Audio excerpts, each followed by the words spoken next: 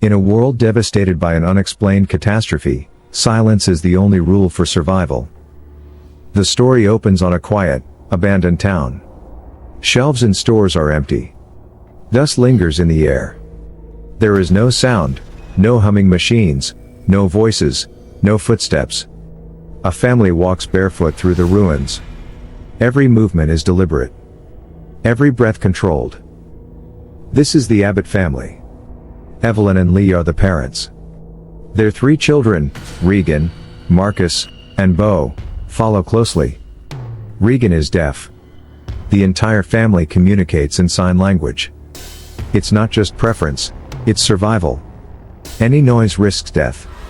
The world has been overrun by creatures, blind, but hypersensitive to sound. Their origin is unknown. Their purpose, indiscriminate slaughter of anything that makes noise. Civilization has collapsed. The remnants of humanity now live in isolated, terrified silence. In the store, Beau finds a toy rocket. He's too young to understand the full danger. Regan sees him holding the toy. Father smiles and gently removes the batteries, signing to him that it's too noisy. Their father, Lee, reinforces the warning, noise equals danger. But as the family prepares to leave, Regan slips the toy back into Beau's hands, without the batteries. A small act of kindness. Unaware, Beau quietly takes the batteries too. They begin the long walk home through the forest path. Lee leads. Evelyn follows. Regan and Marcus are just ahead of Beau. Then, a sharp sound. The unmistakable electronic screech of the toy rocket igniting. Lee drops everything. He runs. But it's too late. The creature arrives, fast and brutal. The screen cuts to black. Silence returns. Grief settles in. Over a year passes. The family is now reduced to 4. They live in a secluded farmhouse fortified against sound. Sand paths cover the floor. Walkways of soft earth lead between buildings. Lights, food, movement, all arranged for quiet. Regan isolates herself emotionally. She blames herself for Beau's death, though no one speaks of it. Her deafness isolates her even further, as she cannot hear the world around her, including the subtle sounds of danger. Lee works obsessively in the basement.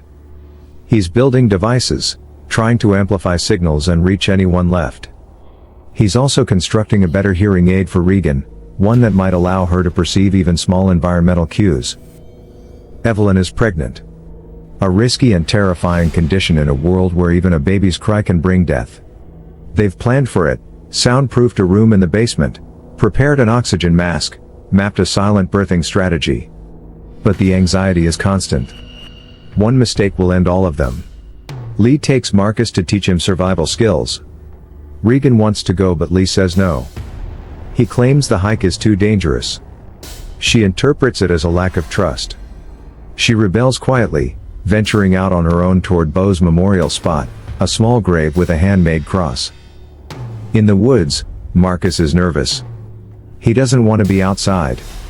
Lee encourages him to be strong. They stop by a river where the rushing water masks sound. Here, they can speak. Briefly.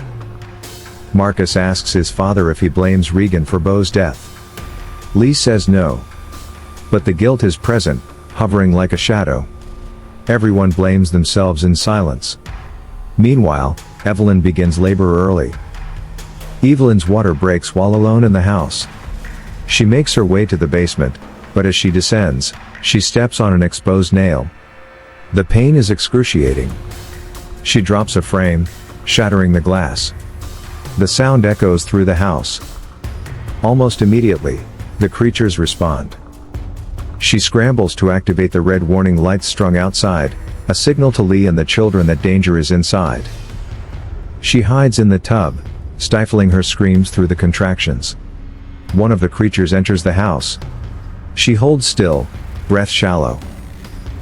Lee and Marcus see the lights. Lee tells Marcus to set off fireworks to create a diversion. Marcus does, launching them into the sky. The noise draws the creature away from Evelyn. She gives birth successfully. Lee finds her in the bathtub, holding the newborn. Blood streaks the walls. The creature is gone, but not for long. They retreat to the soundproof basement. Evelyn insists Lee find the children. The house is no longer safe.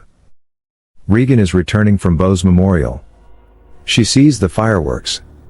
She hides near the grain silo.